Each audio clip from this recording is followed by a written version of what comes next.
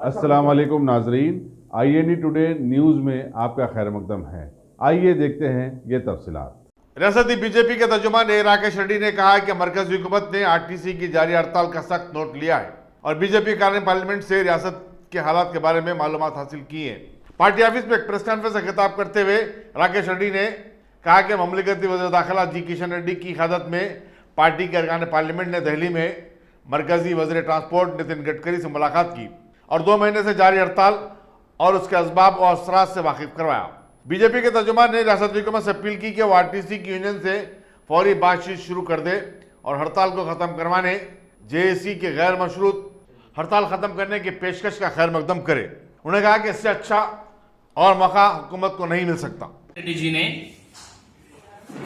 Union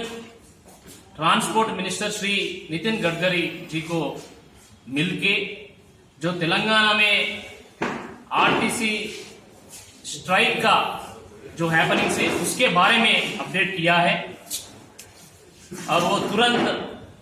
CM साहब से बात करने के लिए कोशिश किया, लेकिन सीएम वो उस समय वो प्रेजेंस नहीं था, इसलिए वो दोबारा बात करने के लिए कोशिश करेंगे ऐसे बोला है। और एक वीक में, आने वाले एक वीक में सेंट्रल और स्टेट ट्रांसपोर्ट वो अधिकारियों को बुला के इस समस्या के बारे में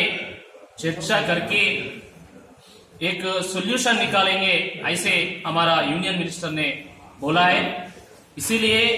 भारतीय जनता पार्टी आरटीसी एम्प्लॉइज को अपील कर रहे हैं कि please don't worry, Bharatiya Janata Party is there with you, we are in solidarity with your fight, we will fight till the end, till the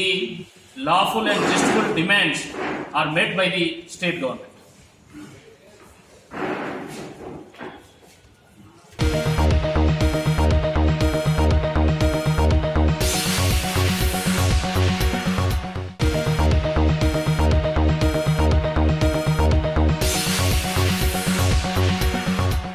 अगर आपने हमारे चैनल को सब्सक्राइब नहीं किया है तो आपको यहाँ सब्सक्राइब बटन दिख रहा है, उसे क्लिक करिए और सब्सक्राइब कीजिए और साथ ही साथ बेल आइकॉन को भी क्लिक करिएगा जिससे कि आपको ताज़ा अपडेट मिलते रहें।